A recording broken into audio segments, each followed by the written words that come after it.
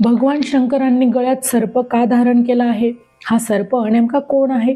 पौराणिक, धार्मिक, आध्यात्मिक महत्व जाणून थक्क व्हाल.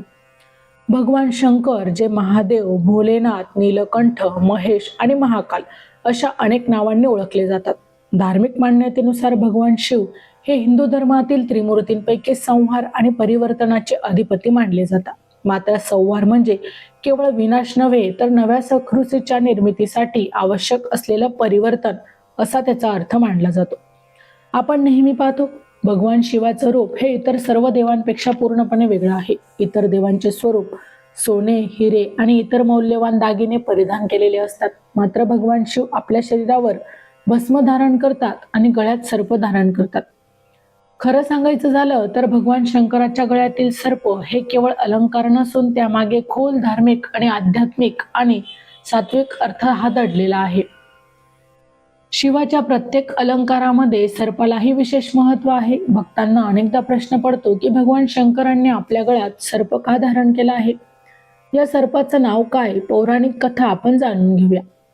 भगवान शिवाने आपल्या गळ्यात सर्प का धारण केला आहे?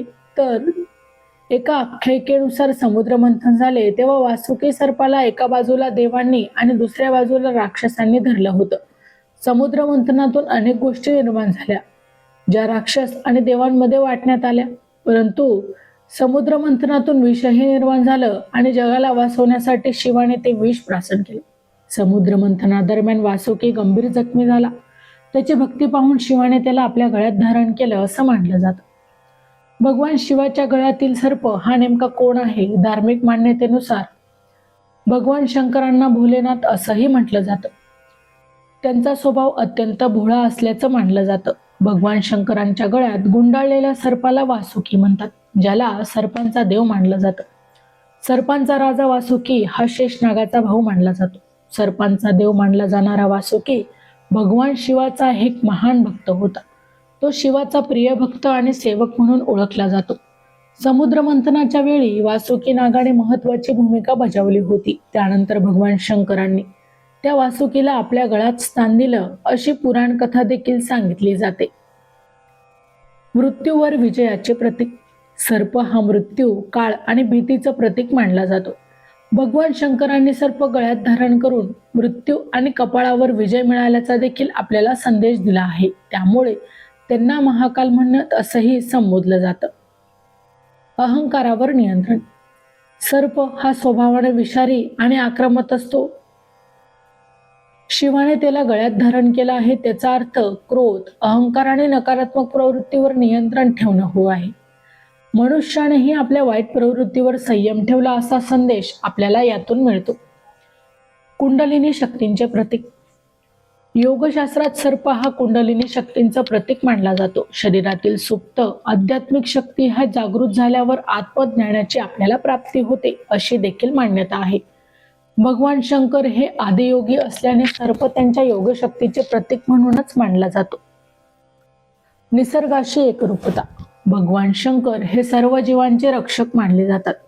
सर्पासारख्या भयानक प्राण्यालाही त्यांनी आश्रय दिला आहे. यामधून सर्व संजीवनीना प्रती समान दृष्टी आणि निसर्गाशी सुसंवाद हाच आपल्याला संदेश मिळतो. विषयावर नियंत्रणाचं प्रतीक. समुद्र मंथनातून निघालेले हलाहल विष भगवान शंकरांनी प्राशन केलं. त्यांच्या गळ्यातील सर्प या विषावर नियंत्रण आणि संकटांना समोर जाण्याचे सामर्थ्य ही प्रतीक मानले जाते. आता जाणून घेऊया काही आध्यात्मिक संदेश. भगवान शंकराच्या गळ्यातील सर्प आपल्याला शिकवतो की भीती, राग आणि अहंकार आणि नकारात्मकता यावर नियंत्रण मिळवूनच शांत, संयमी आणि निर्भय जीवन हे जगावे. शिवाचे हे स्वरूप आत्मसंयम, वैराग्य आणि आध्यात्मिक उन्नतीचे, प्रगतीचे देखील मानले जाते. माहिती आवडली असेल तर अवश्य शेअर करा. अशाच प्रकारची नवनवीन राशीविषयक माहिती मिळवण्यासाठी आमच्या चॅनलला अवश्य सबस्क्राईब करा. पुन्हा भेटू अशाच एका नवीन माहितीसह. तोपर्यंत श्री स्वामी समर्थ.